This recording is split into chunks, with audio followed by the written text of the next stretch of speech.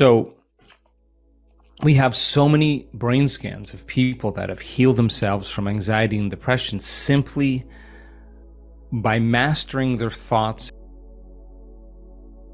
Happy New Year, and thank you so much for tuning in. I'm your host, Steve Doherty. Welcome to the Pacific Channel, where we no longer just talk about the law of attraction, energy healing, and meditation, but also we are going to start offering free healing sessions on the weekend very soon. It's going to be either Saturday or Sunday, and I think it's going to start on the 14th or around then. I'll keep you posted. More exciting news is that at the end of this video, we're going to announce the two winners of the Dr. Joe Dispenza week-long retreat in Cartagena, Colombia. So please stay tuned until the end. But before we get into this video, some of you have asked in the comments who I am, what my background is, and that kind of thing. I'll try to be as brief as possible. Basically, I grew up in Encino, California, near Los Angeles. I was inducted into a cult religion by my mother when I was only 7 years old, and used to study the Bible with Michael Jackson because we were both in the same congregation. His mom and my mom were very close, but when I was about 20 years old, I broke the implicit rules of the religion and did the horrible, wicked thing of going to college, of all things, right, to get a computer programming degree.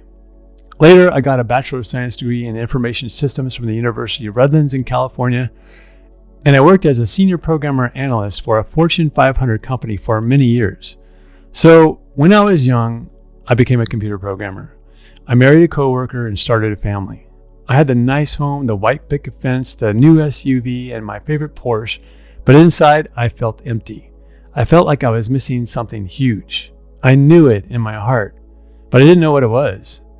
My wife at the time could have cared less about my spiritual journey, and there were a lot of other problems in our marriage besides that, so we got divorced. It was my dark night of the soul experience. I didn't want the divorce because we had kids, and I was willing to do anything to keep the family together. That's when I discovered Dr. Wayne Dyer's information. This was back in 2000. Dr. Wayne Dyer's books saved my life. That's when I devoured the self-help section of any bookstore. It's also the time when I quit my career as a computer programmer and decided to become a life coach. So I studied with Kochu University, and they had one class on the law of attraction. This was about 2002. One of the other students told me that if I wanted to learn from the granddaddy of them all on the topic of the law of attraction, that I should study the works of Abraham, which I did. A couple of years later, an engineer friend of mine said, "Steve, if you're going to become a life coach, you've got to learn this thing called EFT. It will greatly benefit your clients," right? So I downloaded the ebook. I read it in one sitting, started using it, applying it, and instantly saw results. And I can tell you some of the stories about that later. I started healing myself, facilitated healing my family, healing my friends, and then finally healing total strangers. Years later, I became a certified EFT practitioner. At the same time, I co-hosted Advanced Law of Attraction meetup groups from 2007 to 2010, studied with the creator of EFT in his home for a week with 12 other healers, and led Zoom meetings with 12 healers, which consisted of doctors, nurses, housewives, and others from around the world for months on end. We studied the new EFT version called Optimal EFT. Some other highlights of my life was that I met two of the law of attraction gurus from the movie The Secret, which was Esther Hicks and Dr. Joe Vitale, but also the famous Hollywood writer George Clayton Johnson for a book I still sort of am working on. And I have countless law of attraction coincidences that happened to me, which I may tell you more about in the future. About 9 years ago, I slowed down my coaching business and started helping people write their self-help books as a ghostwriter, specializing in law of attraction content, since I felt like I knew a lot about it, right? So basically, I am an energy healer and ghostwriter. That's how the Pacific Channel found me. They asked me to write for them, and then they asked me to host the channel too, so here I am.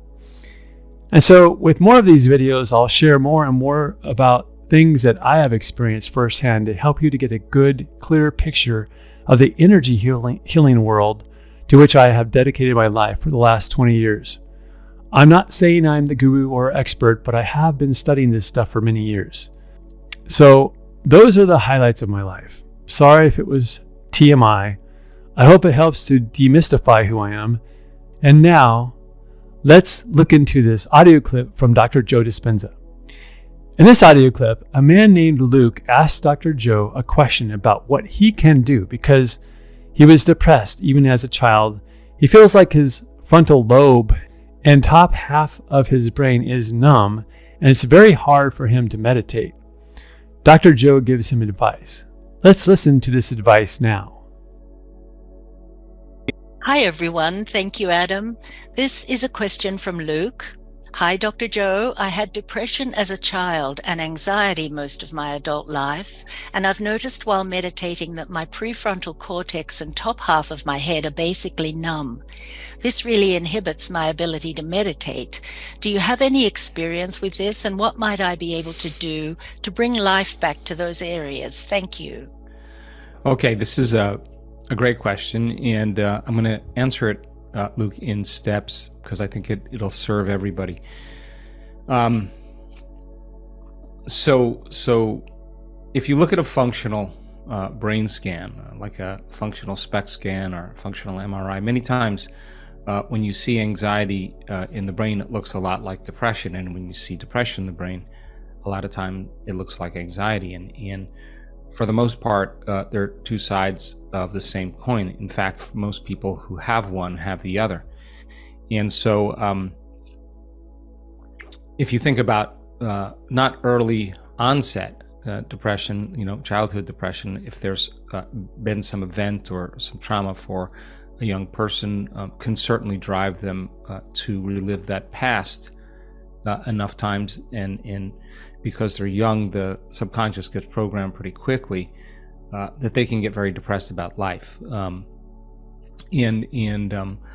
But depression really is, for the most part, if it's not early onset, many times it's most people having some event in their life or moving really far out of balance physically, chemically, and emotionally, that they just run out of energy, and the brain runs out of energy as well. But it's really created by that exact thing. Reviewing our past over and over again, and when we revisit that memory, we produce a cascade of chemicals that actually causes us to feel that the feeling of that memory the moment we think it, and it's almost instantaneous. In fact, you do it enough times, when it gets conditioned, the body knows it's coming. In fact, it's influencing the mind a lot of times. And so do that enough times and you squander a lot of energy. You mismanage your energy, and you condition the body to feel hopeless and powerless, or suffer or be in pain. And there's neurocircuitry and neurochemistry and brain function that supports that from a clinical standpoint. The problem with that a lot of times is there's a mode in the brain that's always anticipating the next moment, or anticipating the future, or planning for the future, because if we plan for the future, we know where we're going, and there's nothing wrong with that. That's a healthy way that we can actually function in three-dimensional reality, and it's a healthy way to create also, set our goals and envision a future.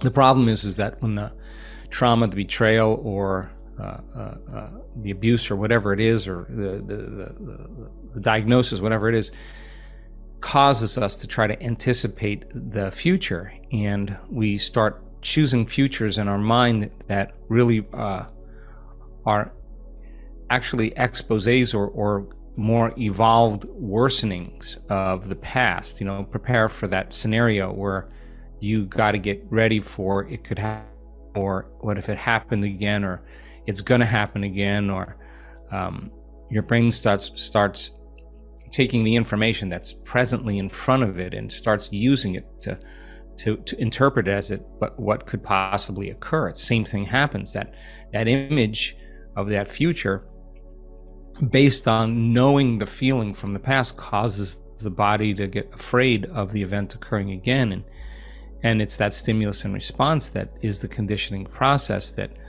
causes the body to be living in that future in the present moment, no different than the person who's living in the past. They're reliving that event. The body's believing it's in that event over and over again. And the body's objective, right? And it's the servant to the mind. So a lot of times that volley that goes on between the past and the future causes a lot of dissonance. It causes a lot of incoherence. It causes a lot of fracturing of wholeness in the brain. And so the autonomic response that goes on with that, actually, when we're in stress and we're in survival, blood is shunted out of the neocortex, primarily the forebrain, and there's dilation of arteries to the hindbrain and to the hypothalamus and to the amygdala and to the survival centers of the brain, and the energy moves to that primitive reflex, that sympathetic response, and so a lot of times when that occurs, the frontal lobe loses blood flow. Now, when we're under stress and we're living in survival, we're narrowing our focus. We're getting very single-minded, and that's a healthy thing to do when the brain is in balance.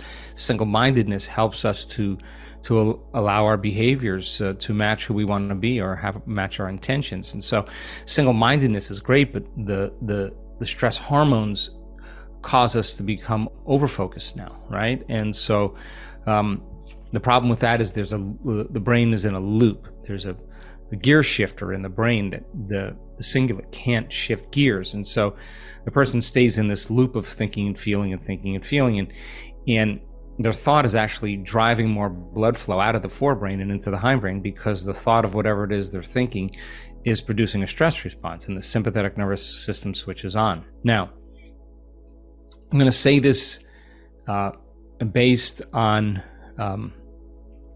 just what we presently know about the brain, but the brain doesn't feel. In fact, you can do brain surgery on a person while they're awake, and you could be touching the delicate glistening fibers of their gray matter, and they wouldn't feel anything. You can stimulate those neurological networks with very fine electricity and activate those circuits, and they'll recall memories as if they were recalling them themselves. So the brain really doesn't feel in that sense. But we do see from a clinical standpoint with anxiety and depression, a narrowing of focus or an overfocus, an obsession, and could get really almost to a point of neurosis for certain people. But there's this kind of narrowing of focus that takes place, and a loss of blood flow to the forebrain. So when the brain isn't working right, and your executive function isn't working right, and the boss is asleep, or the symphony leader is asleep, the rest of the brain runs amok. It has no leader. So that's when it gets very disorderly and disintegrated. So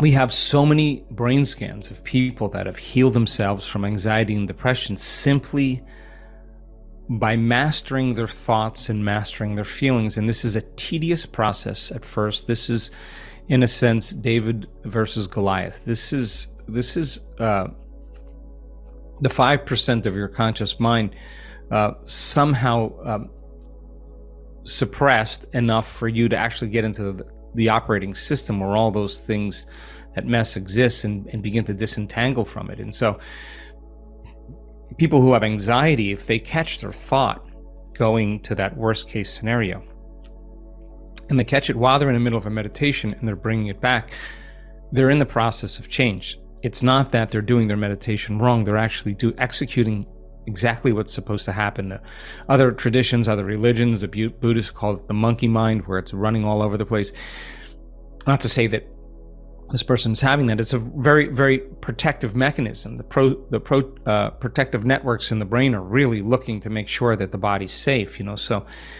So you catch yourself going to that scenario, and you bring your attention back to the present moment. That's the unknown. The predictable future that person is forecasting in their mind is the predictable known, and the romancing of the past is the familiar past. So that's the known also. The only place where the unknown exists is the present moment. So it's a labor for the present moment. So then the body is used to it constantly living in fear and constantly keeping its attention on the outer world, because that's what those hormones do. And you want to quit, you want to give up, you want to open your eyes, you want to start tomorrow. And you start getting frustrated, and that is the body trying to return back to familiar territory, back to the known. So we know that when people actually notice that, and it's no longer about the meditation that they're doing, it's about mastering whatever it is that's standing in the way between them and doing it well. This is an ongoing process. And you settle the body back down into the present moment, and you're telling it it's no longer the mind. That is another way to overcome the anxiety. So the body is now, you're inhibiting that chemical response, and the body's craving those chemicals. And then you want to get up and you want to check your emails, you want to get back on your social media, you want to run around and do things, but you set aside an hour for yourself, and you can't sit, and the body wants to get up, and you're working really hard in executing a will that's greater than the program. We have so many people that keep disinvesting their attention and energy out of the past memories. They keep catching themselves defaulting there and returning back, and the body's calling for that memory to feel that emotion. And most of our feelings that we get come from our interaction with the outer world through experience. And now you're denying the body of its experience in three-dimensional reality, and it's dependent on seeing and experiencing and moving and touching and feeling and tasting and watching and viewing and all that stuff. So you're telling the body now this is not a time for that, and it's not used to not feeling anything, and it certainly isn't used to feeling you helping it to feel differently. It usually is dependent on something on the outer world. So you're going against this battle that constantly goes on. It's that laboring for the present moment is really what this work is about, and that's where possibility exists. That's where the eternal now is, and we discovered that when people do that really well, and when they think they're doing their meditations wrong, or they think it's a horrible meditation, it's such a great, important moment for them to believe that's just the battle that's taking place. So when a person keeps being uncompromising for that present moment, there comes a moment where the body just realizes there's nothing else it can do. It's thrown all the tantrums, it's got angry, it's given you all the excuses, it's brought up everything from the past, it's forecasted every worst case scenario, and you're still waiting. You're still sitting there, and you keep training it to stay in the present moment. There's an enormous liberation of energy, and really you're not thinking and feeling any thoughts that have to do with those first three energy centers. There's only one place energy has to move in it. It moves into the heart, and the person has reported everything from heart orgasms to their heart burst wide open, or they felt this flood of incredible blend of rainbow of feelings that was just everything that they've always wanted to feel their whole life. And yet that's the body liberating all that emotion, and it moves into the heart. The person then kind of moves out of survival and kind of relaxes into the present moment. That's really a powerful moment. When energy moves to the heart, we see it move to the brain, and the person now is in some measure relaxed and awake. They're truly in the present moment, and they start feeling whole, and they start feeling creative, and they're not worrying any longer. We have so many scans of people that actually do that really well. So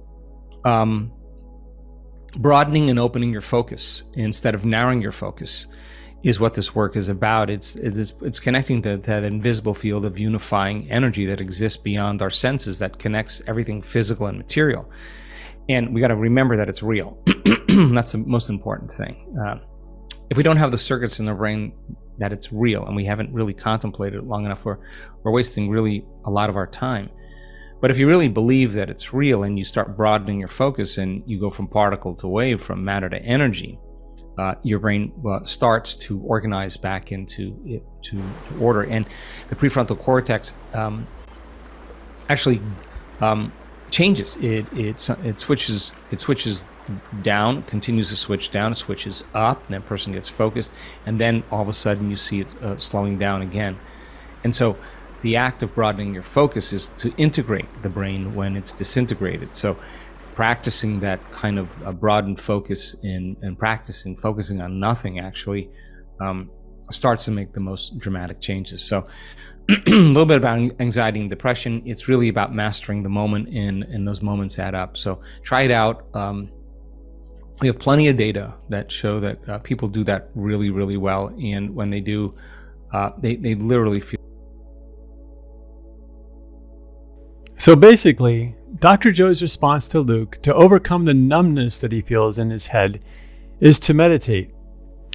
But what is depression? From a more spiritual train of thought, it's basically you not lining up with the greater you, your higher self, or your inner being. Depression is a feeling of complete powerlessness. It's a feeling of utter dismay and futility. And if it was something that started in childhood, then a person may have a lot of work to do to overcome it.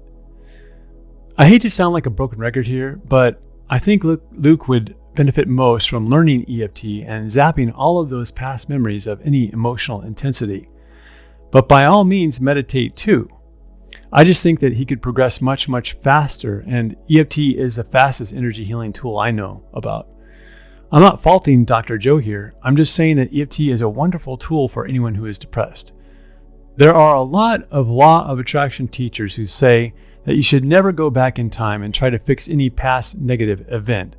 But I believe that they say that because they don't know how to do EFT, and they don't know how effective and quick it is. The point is, you can heal anything, including depression, and there are many different ways to do it. So if meditation is taking you a while to get to work, another option is to try EFT. You'll be glad you did. Okay, very good. So now it's time to announce the 2 winners of the week-long workshop retreat to Cartagena, Colombia, where you can meet Dr. Joe Dispenza himself and change your life for the better. But first, on behalf of the Pacific Channel team, I want to thank you if you participated in the giveaway. It helps our channel if you share this video, comment, and like, of course. So now it's time to announce the winners. Drum roll, please.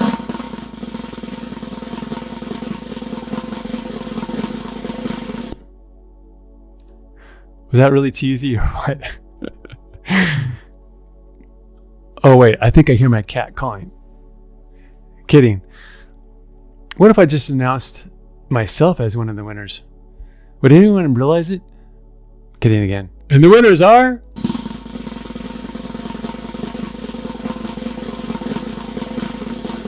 The winners are Jensen Long and Sage Bailey. Jensen and Sage, congratulations. I sincerely hope you get everything you can out of that workshop. It's going to be a great and wonderful experience. You'll be contacted shortly. If you like this video, please like, share, subscribe, and comment. We read all of your comments. Thank you so much for your nice comments, and Happy New Year. May 2023 be your best year ever. Thanks for watching, and I'll see you in the next video.